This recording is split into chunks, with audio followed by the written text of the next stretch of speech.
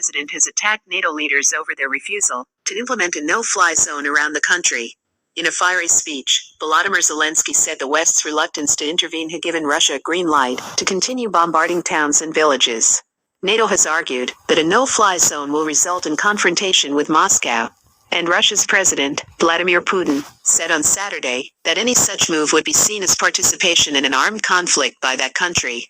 Referring to sanctions imposed on Russia by the West, the Russian leader said they were akin to a declaration of war, but thank God it has not come to that. In his speech from Kiev, Mr. Zelensky said he disagreed that direct action could provoke Russia's direct aggression against NATO. In angry comments, he said the argument reflected the self-hypnosis of those who are weak, underconfident inside, and that Western reservations indicated that not everyone considers the struggle for freedom to be Europe's #1 goal. All the people who will die starting from this day will also die because of you. Because of your weakness, because of your disunity, a furious Mr. Zelensky added.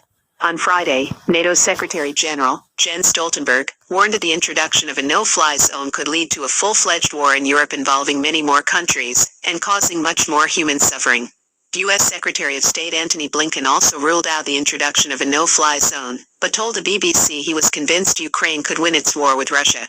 "I can't tell you how long this will go on," America's top diplomat said. "I can't tell you how long it will take.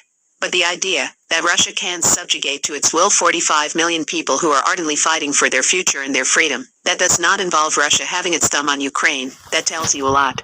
As Russia's invasion of Ukraine enters its 10th day, Moscow's forces continue to heavily shell many cities.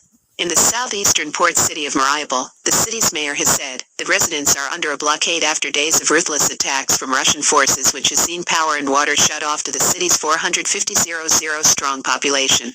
Vadim Bichenko wrote on the Telegram messaging app that the city was simply being destroyed, and said officials were prioritizing the establishment of a ceasefire so that we can restore vital infrastructure and set up a humanitarian corridor to bring food and medicine into the city. In Kiev, a massive convoy stretching out over 40 miles, 64 kilometers, remains stalled outside the city, but the Ukrainian capital has come under renewed assault, with explosions caused by intense shelling audible in the city center. There have also been unconfirmed reports of fresh fighting on Saturday in the northeastern city of Sumy, and of rocket attacks on the train station in Ukraine's second city, Kharkov, above a metro station, where city residents are sheltering from shelling, and in the northern city of Chernihiv. And the U.S. ambassador to the UN, Linda Thomas-Greenfield, has warned that Russian troops have advanced within 20 miles, 32 kilometers, of Ukraine's second biggest nuclear facility.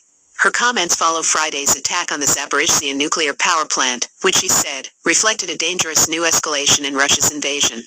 Moscow's ambassador, Vasily Nebenzia, dismissed reports that Russian troops attacked the plant as lies and disinformation.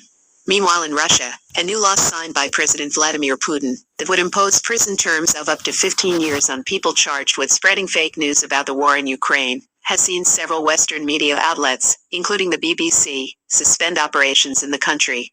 Tim Davie, the BBC's direct president, has attacked NATO leaders over their refusal to implement a no-fly zone around the country.